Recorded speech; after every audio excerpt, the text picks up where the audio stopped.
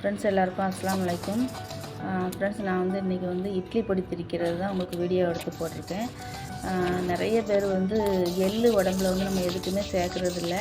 அதனால் நான் எப்போவுமே என்ன பண்ணுவேன், எள்ளு பொடி திரித்து வச்சுருவேன். இட்லி பொடியில் வந்து எள்ளு சேர்த்துருவேன்.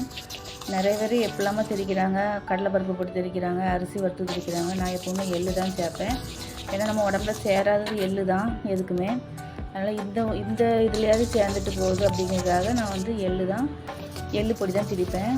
ஃப்ரெண்ட்ஸ், நான் ஃபஸ்ட்டு வந்து எண்ணெயே ஊற்றாமல் இதை திரிக்கணும். ஏன்னா எள்ளு வந்து எண்ணெய் மாதிரி வரும். அதனால் நம்ம எள்ளு வந்து வறுக்கிறதுக்கோ எதுக்குமே எண்ணெய் சேர்த்துடக்கூடாது. நான் ஃபஸ்ட்டு வெறும் சட்டியில் நல்லா காஞ்ச உடனே நல்லா இந்த பூண்டை உரிச்சு வச்சுருந்தால அது நல்லா போட்டு நல்லா வதக்கிடுவேன். வதக்கிட்டு அப்புறமா வந்து காஞ்ச மிளகாவும் கருவேப்பிலையும் போட்டு, கருவேப்பிலையும் நல்லா சேர்த்துக்கணும் உடம்புல. அதுவும் நல்ல மருத்துவ குணம் உள்ளது தான். எந்த இதுவுமே கருவேப்பிலை துவையல் கூட நீங்கள் அரைச்சி சாப்பிட்லாம். நான் எப்போவுமே அதை அடிக்கடி யூஸ் பண்ணுவேன். அதனால் காஞ்ச மிளகாவும் கருவேப்பிலையும் எண்ணெயை ஊற்றாமல் நல்லா வறுத்து எடுத்து வச்சுருக்கேன். அப்புறமா உளுந்து நல்லா செவந்த நிறம் வர வறுத்து அதில் தட்டியிருக்கேன். எள்ளும் பாருங்கள், எள்ளையும் நல்லா வறுத்து அதில் சேர்த்துருக்கேன். ஆனால் எண்ணெய் எதுலேயுமே சேரக்கூடாது, அப்புறம் அரைக்கிறதுக்கு ரொம்ப கஷ்டமாக இருக்கும். உப்பு சேர்த்துருக்கேன். அப்புறமா காயம் வந்து முழு காயமும் போட்டு வறுக்கலாம். என்கிட்ட முழு காயம் இல்லை, அதனால் நான் பொடி சேர்த்துருக்கேன். காயம் கண்டிப்பாக சேர்க்கணும், அப்போ தான் மணக்கும். நல்லா மிக்ஸி ஜாரை தொடச்சி எடுத்து வச்சுருக்கேன். அதில் வந்து இதை சேர்த்து நல்லா திரிச்சிட வேண்டியதான்.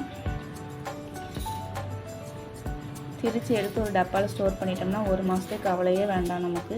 நான் எப்போவுமே அப்படி தான் பண்ணுவேன்.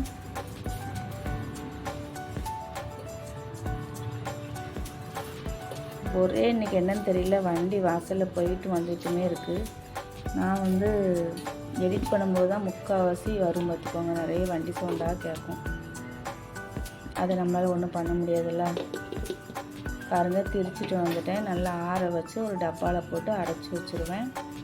இது எள்ளு வந்து இது மூலயமா நம்ம உடம்புல சேரணும் அப்படிங்கிறதுக்காக தான் நான் அப்படி பண்ணுறேன். நீங்கள் ஒரு வாட்டி இதை செஞ்சு பாருங்கள். உண்மையிலே சூப்பராக இருக்கும், நல்ல டேஸ்ட்டாகவும் இருக்கும்.